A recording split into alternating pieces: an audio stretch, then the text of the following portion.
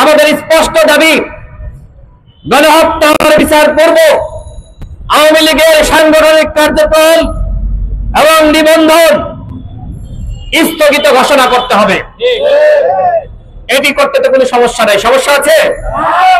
আওয়ামী লীগ গণহত্যা চালিয়েছে, অন্যায় করেছে, নিপীড়ন করেছে, গুম করেছে, খুন করেছে, এত অবিচার করেছে।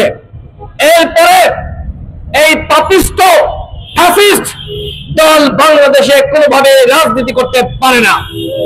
সুতরাং যারা স্বপ্ন দেখছে যে আওয়ামী লীগকে নির্বাচনে নিয়ে যাবে, একটি গণতান্ত্রিক নির্বাচন করবে, আওয়ামী লীগ নির্বাচনে না গেলে নির্বাচন গ্রহণযোগ্য হবে না, এই ভাওতাবাজি কথাবার্তা যারা বলছে তাদেরকে বর্জন করতে হবে।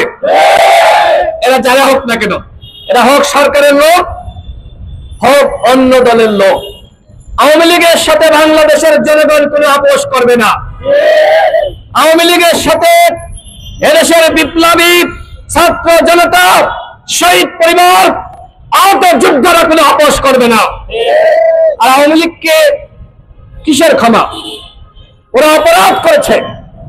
শেখ হাসিনাকে ভারত থেকে বাংলাদেশে ফিরিয়ে এনে ফাঁসি দিতে হবে, যাবজ্জীবন কারাদণ্ড দিলে হবে না।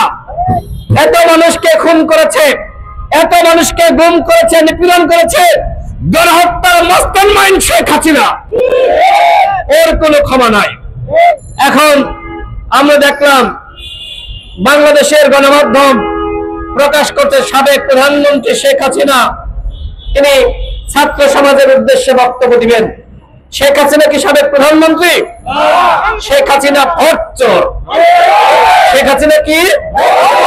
শেখ হাসিনা ফ্যাসিস্ট, শেখ হাসিনা খনি, শেখ হাসিনা মাফিয়া, শেখ হাসিনা ডাইনি, শেখ হাসিনা রাক্ষস। সুতরাং ওকে যারা সাবেক প্রধানমন্ত্রী বলে তারা শহীদের রক্ত শুধু বেঈমানি করছে। আমি গণমাধ্যমের ভাইদের উদ্দেশ্যে বলতে চাই, ফ্যাসিবাদের দালালি করবেন না, জনগণের দালালি করুন, জনগণের পক্ষে কাজ করুন। এই গণঅভ্যুত্থানে সাংবাদিকদের ভূমিকা রয়েছে। এই গণঅভ্যুত্থানে 6 জন সাংবাদিক শহীদ হয়েছে। যদি প্রকৃতপক্ষে আপনারা বাংলাদেশে মুক্ত সাংবাদিকতা প্রতিষ্ঠা করতে চান, তাহলে এই যে 6 জন ভাই, 6 জন সাংবাদিক শহীদ হয়েছে, ওরা এই অভ্যুত্থানে ভূমিকা রাখতে গিয়ে শহীদ হয়েছে। ওদের দিকে তাকান, ওরা দেশপ্রেমিক। বাংলাদেশের আমরা দেখেছি সেই নাইমুল ইসলাম খানদের মতন দালাল সাংবাদিক, যারা সবসময় শেখ হাসিনার ওই চাটকার যে প্রেস কনফারেন্স করত সেখানে গিয়ে দালালি করত, ওই রকম সাংবাদিক আমরা বাংলাদেশে আর দেখতে চাই না। আমরা চাই বাংলাদেশে বিপ্লবী সাংবাদিক, যারা সত্য কথা বলবে।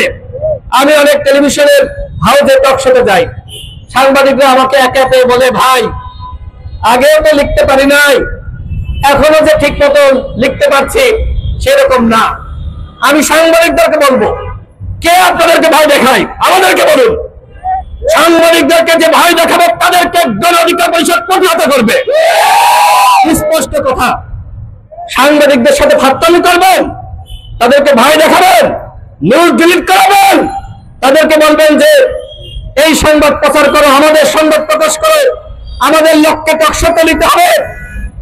এই ভাওতাবাজি বাংলাদেশে আর চলবে না।